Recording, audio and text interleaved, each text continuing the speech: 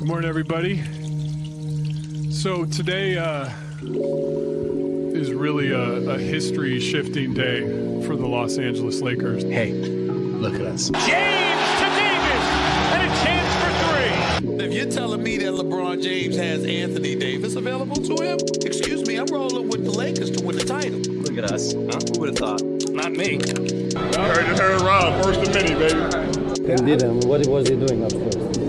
Drinking coffee with Magic Johnson? Good question. Exactly. I just know the little I didn't know you. We don't get it proper like I tell you. I'm just realizing we need to update that intro video there. We're a little bit dated now that we the champs. What's going on, y'all? Welcome to the Late Night Lake Show podcast. It is your hosts, Ricky and Danny. We got a special guest in the building tonight, the two-time WNBA champion, number one pick of the 2015 NBA draft, the Notre Dame standout, the Niles West superstar, the champ, the Gold Mamba, Jewell Loyd. Jewell, thank you for stepping in the Late Night Lake Show podcast. How you feeling tonight? I'm feeling good. Thanks for having me, guys. I'm glad to be here. Of course, thank you so much, Jewell. So Ricky, let's kick things off. I mean, we're with a champ in the presence of a champ, and this is Late Night Lake Show history. Not only we get a active professional athlete, but we get a champ on the show today. Let's get it going, man. This is awesome. Let's do it. Before we jump into it, y'all, you guys know, wherever you get your podcast, wherever you get your Late Night Lake Show fix, make sure that you are liking and subscribing to the show. Make sure you're hitting up the merchandise shop. Go ahead and get your Lord Palinka Secret Society merch, Global Domination merch. We're gonna have to get Jewell a little hookup of the care package that we got here. Make sure she's taken care of as she goes into the next WNBA season to defend herself as the champ, of course, for the Seattle Storm. But let's just get right into it. Jewell, like we said, Niles West standout. We talked a little bit before the show of just a little bit of how our mutual coaching paths have crossed, right? My old high school coach ended up coming to your high school, and though he didn't coach you directly, right, you had some experience with him. So that was pretty cool. But I got to first ask you about the path that most Chicago area kids at least have in the back of their mind when they go from high school to college. You went to Notre Dame. That's pretty gold standard for kids that come out of school in our area. First of all, what led you to the Irish? And was it one of those things where it's like, well, of course, if you got the good grades, you got the hoops, accolades, you go to Notre Dame. What was your decision making going to the Irish? Honestly, I don't know. I knew nothing about that school. I didn't know the history. I'm not Catholic. But yeah, actually, when I was making my decision, we just moved into a new home, and in the house, it was like all Notre Dame colors. It had like the Irish thing, and everything was like on the basement was like an Irish pub. So we're like, this is weird. I don't know, is the sign or whatever. And then after just considering like everything going in, I mean, I knew that they had a couple seniors graduating, so I knew I could get a starting spot. And they were on the rise. Skylar was there, and things were going on. It was a lot of hype around the school, and so it kind of just worked out, honestly. So going there, and it kind of just kind of all came together. That's okay. That whole little spiel that I said about the mystique of Notre Dame, you wasn't feeling none of that. You just the basement was Notre Dame color, so that's where I decided to go. I mean, that's a cool backstory on that, honestly. But Notre Dame for women's hoops in the past decade has been one of the top tier programs. Now, did you have any other I'm sure you did, but offers that were of the classes like the UConns, the UNCs, the Dukes, UCLAs, what were some of the top choices you had besides Notre Dame? Yeah, I always had offers from every school, honestly, and it was such a blessing. I played on a really good AU team, so that's cool. I was playing with them since 8th grade all the way up, and so a lot of the girls on my team were older, and like I said, we had some of the top girls in the state, so we had all college coaches coming to our AU games, and I was getting letters at 8th grade, and I'm like, I don't know what this means, it's just because our team was nice. They were just offering endebody, and so. I was very fortunate to have, a selection of schools and have that, be a part of my journey. But, I ended up at Notre Dame. What was Team USA like? Because obviously Notre Dame saw, your impact on the Team USA team. So, I mean, that is the creme de la creme of any high school athlete being able to go and play for Team USA. Like, how did that come about? And, I mean, what was that experience like? That was amazing. I mean, anytime you play or go to training camp, at the time it was in Colorado Springs, and you get in your stuff, and it's just an experience. I mean, you're around the best competition, the best girls in the country, and you're all trying to compete for a spot and go overseas. And luckily, unfortunately, someone got hurt, and then I was an alternative on that team, and they selected me. And I got an opportunity to go to France and go to Spain and compete. And it was just amazing. Just, you're a high school kid. You're trying to, hopefully get on the senior team when that comes, 2021 coming up. So, you're trying to fill those spots and those dreams. And you look down, you're having USA in your jersey. You're with the best coaches. You're in like a very competitive environment. And, like I said, you're in high school going abroad to play basketball for US. I mean, that's like a world dream. Don't get no better than that. So when it comes to like playing in that kind of atmosphere, and you're mentioning, the competition, how much confidence do you have going into those games, especially when you have older people ahead of you, especially when you have seniors ahead of you, or whatever the case is, but like in a room, and let's call it 20 of those athletes, in your mind, where, like, do you just say, I can outdo any of these people? What is the confidence level of yourself going into those matchups, going into those scrimmages, practices, and even playing? I think early on, when I'm a part of USA basketball, I think you go in there and you just don't know. And you're kind of just around people, and you're just making friends, and you're just so happy to be there, and you're so encouraging. And I think that's kind of like the atmosphere of USA basketball is always, you come in there, it's a family atmosphere. That's something that I always cherish, is that no matter who comes in, who comes out, who makes a team, who doesn't, you're always around a family. And that's how we orchestrate everything on USA basketball. So when you get on the court, a lot of times the coach will say, you're here for your reason. Like, you're here because you're a good two guard, you're a good point guard. So that's it. Just play your game. Obviously there's different sets and things that we put in, but overall you just have to be confident that you're there for a reason. You're not there just to be like, oh, hey, maybe I'm good, or maybe now you're at the best of the best, playing with the best coaches, and so when you're there, you just have to have confidence. And I think as you kind of go through the whole, USA 17 under, and then you go to the senior team, you're on the world championship teams, things like that, you kind of just grow in confidence, know that you're on the right path. And I think that's kind of how I've been taking it, day by day. And then taking that and then transferring all that into your Notre Dame tenure, like, how much did that help you? That growth with playing with these like coaches and that training staff and everything, how much did that help you in your collegiate level days? I think anytime you're exposed and you have experience, I think that's always going to help you, regardless if it's playing at the parks, watching basketball a lot, talking about basketball. Anytime you have a lot of experience, that's going to help you, just because you have a little bit of an edge going into season. And I mean, honestly, my mindset going into college was just different than most. I was a little crazy in my workouts and doing a lot of things individually, and kind of already had a goal of what I kind of wanted to do and where I wanted to be. So I was a little different in college, if that makes sense. I mean, it's if you think you're crazy, that means you're doing something right. I'll tell you that. If you acting crazy, you playing crazy, practicing crazy, you're doing something right, Jewell. So yeah, that's a good thing. I mean, it got you the number one pick in the 2015 draft. So obviously people saw that little bit of, oh, okay, she might be a little bit extra with the way that she go about this ball game. So we're gonna need to bring her on over. So I mean, it don't get no higher, Jewell, than the number one pick in the WNBA draft.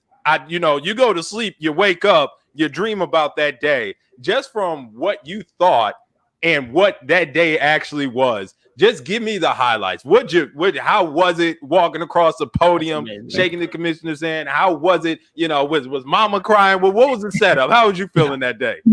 My family, to kind of give you a little backstory, I guess, our family movie is The Godfather. So we're very this is how it's how it is. So doing that, right? That's kind of a big standard. But doing the announcement, we're all sitting there, my brother, he's kind of like the poker face. He's like the continuity of the family, very organized, whatever.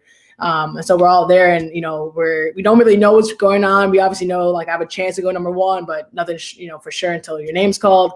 So we're sitting there, I have my godfather with me, and, my name's called, and we kind of just looked around Yep. Like we put in the work, we understand what's going on. And my brother, who's always like poker face, you know, we have our handshake, and he stood up real quick and like dropped that poker face and was like dapping me up. And my mom was super excited, my dad, everyone. And I think that was for us, you know, we're always so business oriented and always just trying to stay focused on our goals. That little 5 minutes was like us actually being like, yes, it worked. You know, like we believe in ourselves. We got here, you know. Accomplish. Exactly. So knowing everyone in my family was there to witness that, it made it so special walking across the stage, holding the jersey, and then going backstage and kind of do all the media stuff was pretty remarkable. That's amazing. It was like business as usual, it feels like. Yeah. You know what I mean? Yeah. It was, you know, it wasn't like arrogance about it. It was just like, man, like all the late nights, early morning shootings, like everything, like me giving up tennis, me all like everything, like me leaving early, like it finally kind of like paid off. So it was nice. And yeah, it was a good feeling. That's amazing. That's what, amazing. when, so you get drafted, right? And whether it's that night, you getting your calls or teammates, future teammates congratulating you, at what moment, and it could be in training camp, right, or your rookie year, at what moment did you really, really, really understand, like, oh, wow, I am in a whole new world now, and I'm really hanging with the big dogs? Probably the first time I got posted up on defense. I think that was like, I was, you know, usually like in the college, like I was like a good size. You know, I was like, you know, but getting posted up and realizing like, oh crap, like this is not a game. Like people are coming for you, and especially when you're the number one pick. People are definitely extra, you know, excited to play you and test to see how you do. So I got posted up, and you know, I was just like, this can't happen again. Like I can't. I'm a liability for my team. Like I can't be this exposed, you know. So I think sending that in, and offensively, I think I just grew as the game grew. You know, I also asked early on to come off the bench because the game was going so fast, and I just needed a second to figure out, okay, what do I need to bring to the team? Like, what is actually my role? So I started for a little bit, and then I came off the bench, and then once I figured it out, and then I was good. It didn't last too long, but I definitely needed that adjustment period, and it seemed to pay off. That's you amazing. Asked to go to the bench. Yeah. That's amazing that you actually like realizing that self-reflection, like you swallowed your pride for a bit.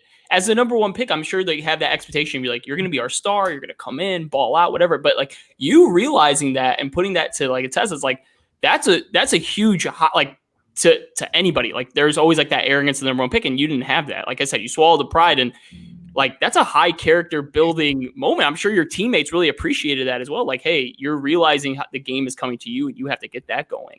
Yeah, I mean, how I think and how my brain is. I'm dyslexic, so certain patterns and certain things, I get it really quickly, and certain things I don't. And so for me, it was understanding like how I learn, and I needed just a second. And once I understand it at my pace, then I'm good. I will never forget it, and you know my memory is good. So like understanding the game and understanding like, all right, well, I need just like 2 seconds because it's different than practice. You know, games a little bit faster. And I was like, you know, it can't hurt the team. Like I'm not saying I'm quitting basketball. You know, I just need 2 minutes, and I'll come in for the next whatever the quarter is. So no, my teammates are great, and they helped a lot with my adjustment. You talk about, needing a second to adjust, right? So we just talked about game by game situation, you recognizing that, hey, maybe I need to take a step back. I analyze the game from the bench, right? Was there ever a time that you felt like literally within the game, you either asked to come out or you just needed that time the game was going a little too fast, so you actually decided to stay on the bench? Because when I hear it, right, I think of a little bit about Kyle Lowry a couple of years ago, right, in the playoffs. He's going through a mental block, and he is walking into the tunnel to just clear his head, right? Obviously a lot of people had opinions about that, but at the same time, you are the only person that's dealing with your own thoughts and knowing how your brain operates. Were there ever a time in games where you felt, I need to sit down and figure out what's going on right now? Yeah, our 2018 championship, game 5, we were in Seattle, and first game, I came out, I dominated whatever. Something happened to one of the players on the team. They switched the matchups, and then it was just a hard matchup for me. Like they put their best defender on me, and I just was struggling really. And so game 5, it's a close game back and forth. I was struggling a little bit, and my coach subbed me out, and he was like, all right, just take a break, whatever. I'm taking a break, and Sammy Wickham, who didn't really play a lot, goes in. And she's getting going and whatever. And it's, I think, probably the last 4 minutes of the game. So it's like crucial crunch time moments. And my coach comes out, he says, Jewell, you ready? I'm like, no. Like I'm not. No, I'm not ready. Like, and not that I was scared to go back in, but it's like she's in a rhythm. She just hit 2 shots. There's no need. Like I have confidence in her. Like I play against her all the time. She's got this, you know. And a lot of times I think players would have been like, yeah, let me just go try and be a hero.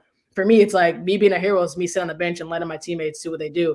So in the big crucial moments of us winning Game 5, I was not on the floor. And even that series going into the championship game, I didn't finish the game out when we won. Like I was on the bench. Like that was just whatever it was, either me having nerves and me wanting it so bad, I just wasn't ready. And so understanding that, I was like, go. Like if you're ready to play, like at the end of the day, we're all a part of this championship. Like I don't need to be on the floor. And I learned from that obviously moving into this season. But yeah, I mean, championship game, playoff game, I wasn't on the floor.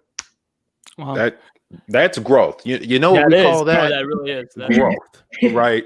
That's what's up. I mean, you just the last point about that, right? We talk about maturity, and especially, you know, with folks, you know, Jewell, especially in the Black community, right? We have to prove ourselves thousands of times over, right? And to have that wherewithal in your mind to understand about shifting gears, not just always going 1,000 miles per hour, the pausing and realizing, hey, maybe that I'm not the answer to this question right now, and I'm not going to try to break down that wall to figure it out and make myself the answer. That's the maturity that I think, you know, you have surpassed your years for. So that's dope. Sorry, Danny, I didn't mean to cut you off, but I had to, you know, just dive just one more layer deeper into that. Good stuff there, Jewell.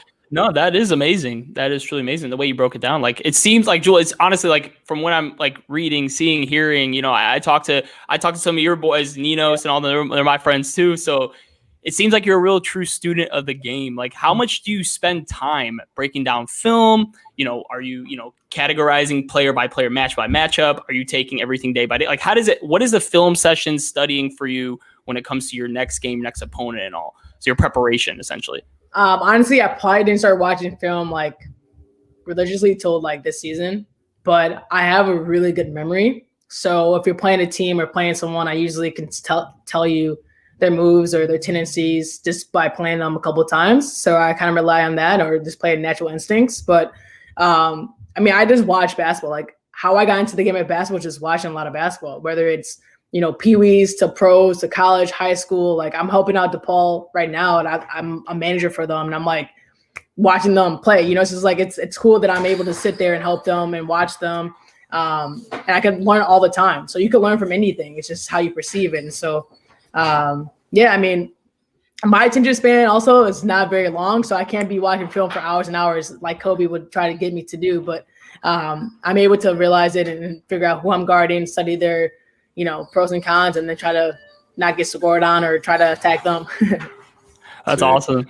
The IQ level off the charts, though. So you brought up the GOAT, Jewell. Yeah, you brought up my man's over here, so I think this is the perfect time, right? Obviously, you know, when we found out, Danny hit me up and said, you know, you agreed to come on the show, right? I'm doing my research and stuff. And obviously I knew because you were Niles West and went to Notre Dame. I remembered your name there, right? And then as you continued, and I knew the Storm won the championship, I just didn't put 2 and 2 together that you were there. So I was super hyped about that.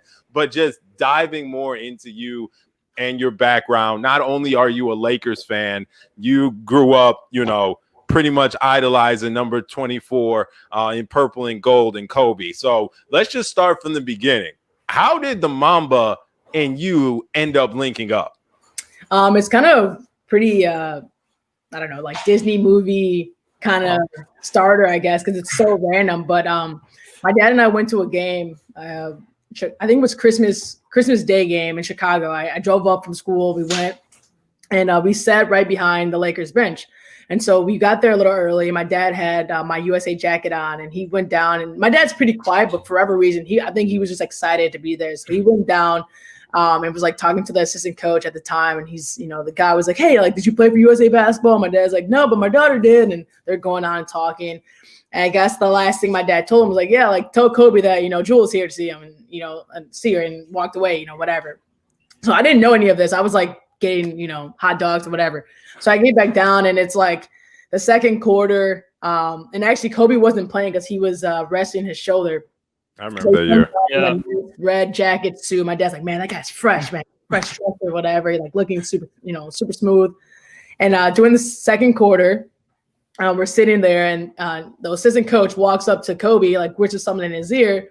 The next thing I know, he looks directly at me. He's like, what's up? And I'm like, what in the world? Like, everyone's like, oh, he waved at me, going crazy. And I'm like, what the heck?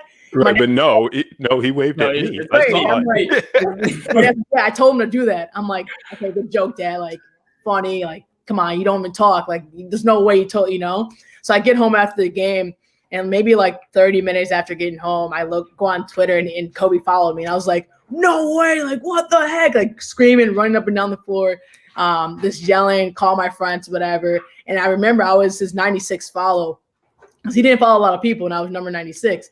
Wow! Like, what the heck? I would have fainted. Man, I would have fainted.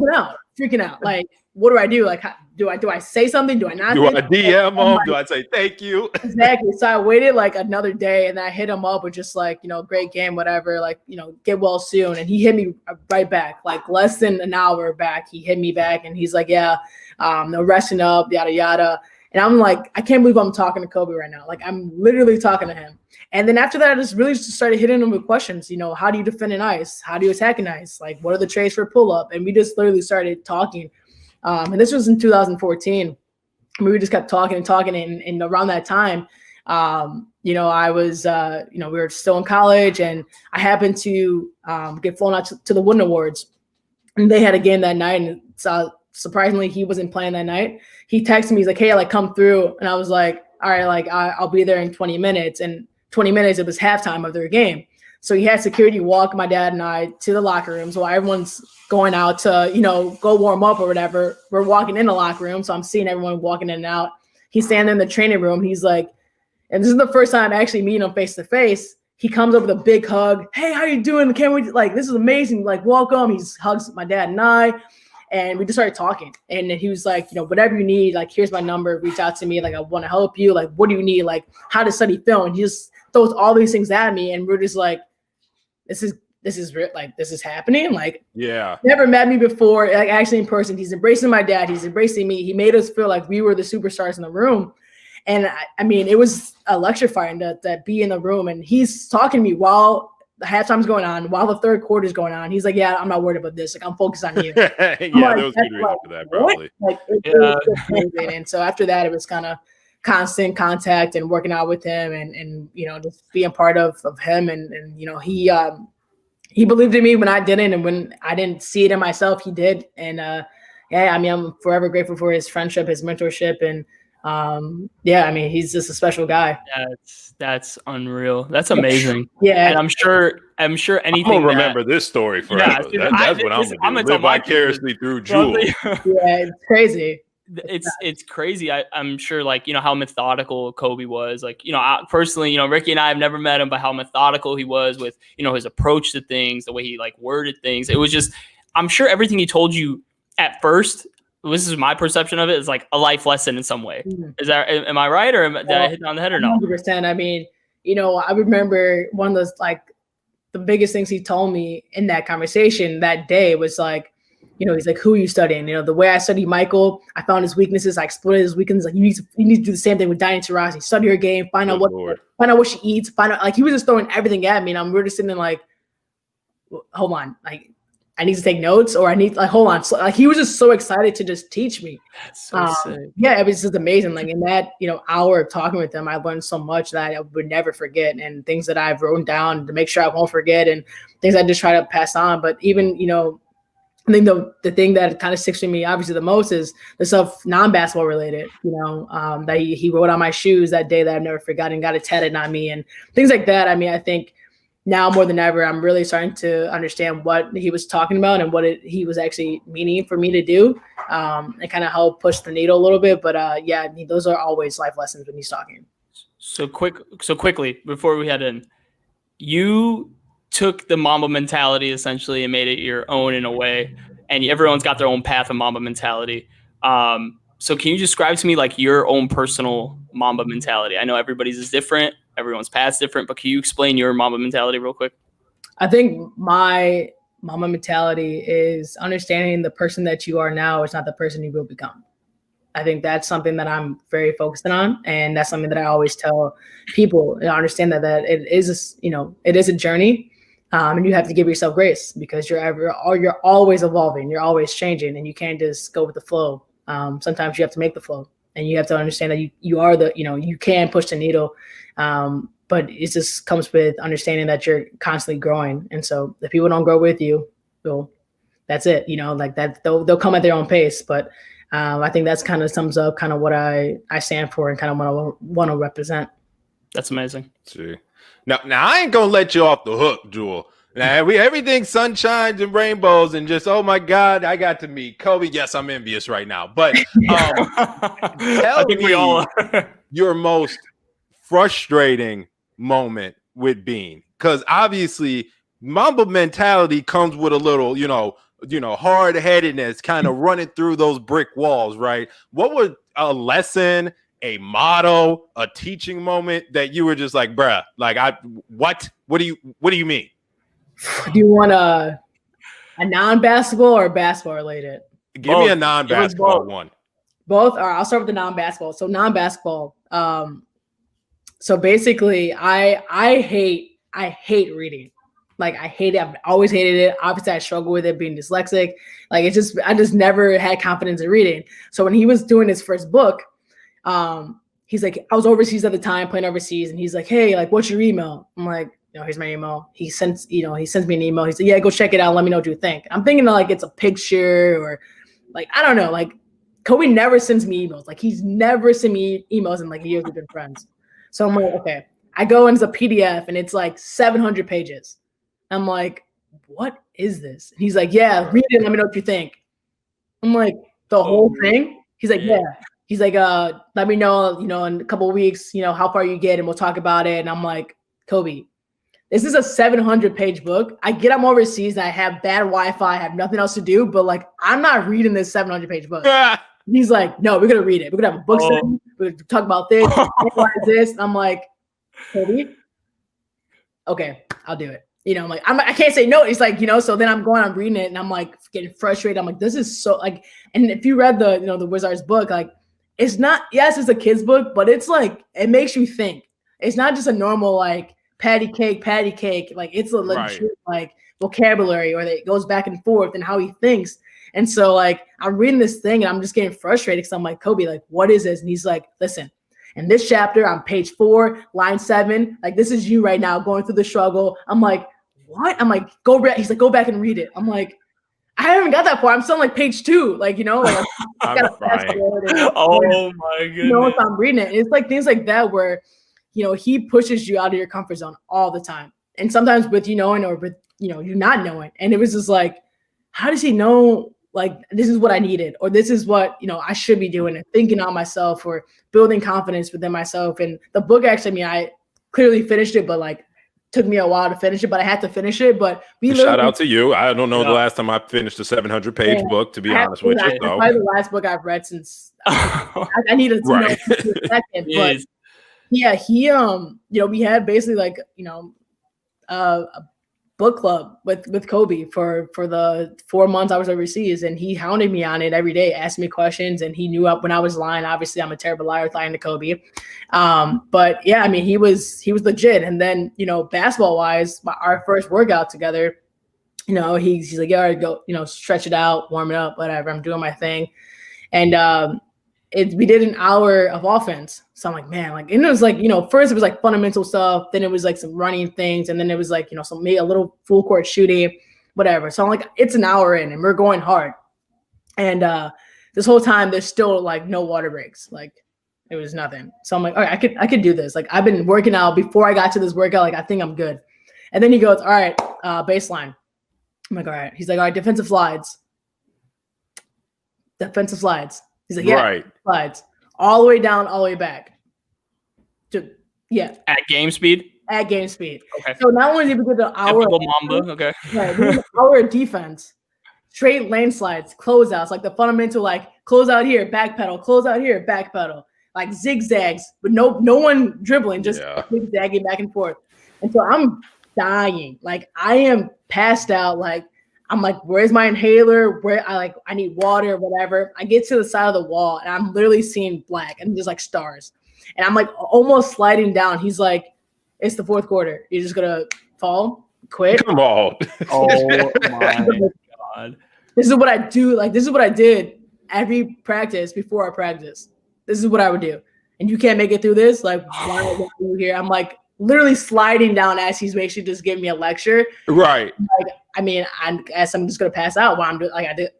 I got my ball and we did a finisher. He's like, like you have to make 4 shots to get out of the drill, 4 shots in a row. And it's down back. So I got to make one here, run down there, make a shot, run back to finish the drill. And I'm like dying. And I'm like, he did this every single day for 20. And you know he's not lying. It's not like, oh, I did it back in my day. No. That's what I'm saying. I'm like, legitimately did it. It's unreal. So like, I mean, I've never been through a harder workout ever. So anything that comes my way on the basketball, I'm like, I survived Kobe's workout. I'm good. I can finish this. Like I can focus and finish this, you know? And I mean, that's just kind of what he did all the time.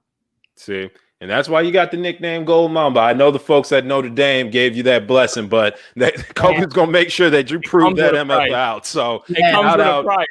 Man, I'm those scarred. stories, Jewell. I mean, that's amazing. So thank you for sharing those with us. We'll definitely have to pump that out and let the viewers get a little bit of snippets of all the good little tidbits there. Wanted to shift gears as we wrap up and talk a little bit about current hoops. I mean, obviously, heavy is the head that wears the crown. I mean, you are training right now, getting ready for the next WNBA season. As the champs, the Storm win in the bubble, as did the Los Angeles Lakers. So I know you had a wonderful professional sports fandom and year. So congratulations on that tip. But I first want to know, just like in a quick summation, like, is the bubble as bad as how NBA players described it as for WNBA players? Was it worse? What was your personal experience in the bubble? Well, the wobble. The wobble. The NBA guys were very privileged and they were taken care of very well. And they had things that they needed. It wasn't obviously the ideal situation. The best way I can explain it, it was like adult summer camp for us. Wow. You had your lanyard, you couldn't leave campus. There was, it could have been worse. Like, it honestly could have been worse. There were things that the WNBA, we didn't really know what we're getting into. We didn't know what it was going to look like. I mean, this is trial and error pretty much. And that's basically what it was. It was a lot of trial and error. It was like trying to figure out what's best for the players. I mean, honestly, if anyone could go down there, it was WNBA players, because when we go overseas, like, we have to adapt so quickly. Like, it was like, hey, as long as we got Wi-Fi, we got food, we got gym, we can make it work. Like, that's the best thing about us as WNBA players, that we're always able to adapt so quickly. I mean, you go to China, you get 2 days and you got to play 40 minutes. You don't know, like, you don't speak the language. No one speaks your English. Like, it's just crazy. So if we can survive over there, we can survive in the States, in the bubble. But yeah, I mean, it was definitely an adjustment. That's crazy. I mean, like, I totally understand where you're coming from. Like where you're saying, like, oh, they felt like they're more privileged and all that, but like, you guys are mentally tough. You guys are super mentally tough after hearing that, the whole lanyard thing, checking it in and out. And and obviously you guys are getting tested every day, every other day. How did the testing work for you guys? Every day. We're getting tubes up the nose, down through all that. Nose and throat. Oh, no. I had to do the nose for the first time this last Thursday, and I thought I was like, it wasn't like the worst thing in the world, but as I'm walking out, I'm like cursing to myself. I'm like, damn, like you violated my nostril like that. I don't appreciate how you came at me. Yeah. It makes me think, it's like, does this really work? Like, am I okay? Like, you know what I mean? Right. It was a lot. And it just feels like you jump into a pool like head first and that water rushes up your nose, but like every day. And it's instant result. So like, obviously, if you're negative, you're done. Right. 10 days, right? 10 days, 14 days, whatever the quarantine was at that time. But what were you guys like? I don't know if you could report on this, but like false positives, anyone ever get like a false negative, false positive, anything like that? No, we had a few, but I mean, overall, they were really good at testing. We had a couple inches, during playoffs, which, I won't get into it. Maybe in a documentary we could go into that. But Yep. Okay. yeah, no, I mean, you're gonna have some false positives just because you're testing so much, and but overall, we had no positive tests in the bubble, and obviously, if you do it right, everything's fine. And we were very fortunate to have that. And obviously, in the NBA, they had the same. They had no positive tests, and we're very fortunate for that. Yeah. Quick questions as we start to wrap up the show, Jewell. I need some hot takes. I need some predictions. Obviously, we know where your money is for who's going to win the WNBA championship this upcoming season. You're liking your roster. You're liking how the team's looking right now, right? Of course. I mean, we're trying to get everyone back. That's our goal, get everyone back and run it back. See? Now, two-part question for you. As a Lakers fan, obviously they will be defending their title as well. Do you think the chances you're liking the Lakers back-to-back chances just like you're liking your own, right? I mean, yeah. You would think based on roster, based on chemistry, that they have a really good chance of running it back. My boy Kai in Brooklyn, I'm not gonna rule him out. I know how his mind, I know his how he's doing. And so I have some faith in them as well. And you can't really rule against KD as well either. So, I think it's exciting to have the league back. But I'm not I don't gamble, so I'm not gonna put my money where my mouth is. Fair. You and Kyrie are tight though, yeah. Yeah. That's my. How's training with Kyrie? Have you guys had an opportunity to hoop together? Yeah, we both kind of work with Phil Handy. Really That's well. awesome. He's The been GOAT. great. Yeah, Mr. 94 feet of game or what? Yeah, the OG. It's a great app, by the way, too. It's helped a lot. But no, we've been working out with him a lot, and working out with Kai is he's an artist. I mean, that's the best way I could describe him. He's a genius and he's an artist. It's guys like that where you look at them and even KD and you're like, that's God gifted talent, man. Like you could train all you want, but there's something about him when he dribbles, he gets on the court. This is different. He's got the he hoops in cursive. That's what it looks like to me. Man, it's just natural. Do you model your game after Kyrie Irving a little bit? Or is there someone you specifically model your game, whether it be, WNBA, NBA, overall basketball? Who do you whose game do you see truly, yours in? Who model their game after Jewell Loyd? That's me. Like who do you see? I don't know. I think it depends. It depends on the game. I think I've been, people have said I look like D Wade sometimes. People have said, obviously Kobe with the fadeaway jump shots. This year I've been finishing a little bit like Kai. So I think it's just understanding my growth as a player. I think it changes, but I'm going to say there isn't a player like me. I think that's why I'm special. Because I can score on the ball. I'm great off the ball. I can score in a lot of different ways. I play defense when I have to.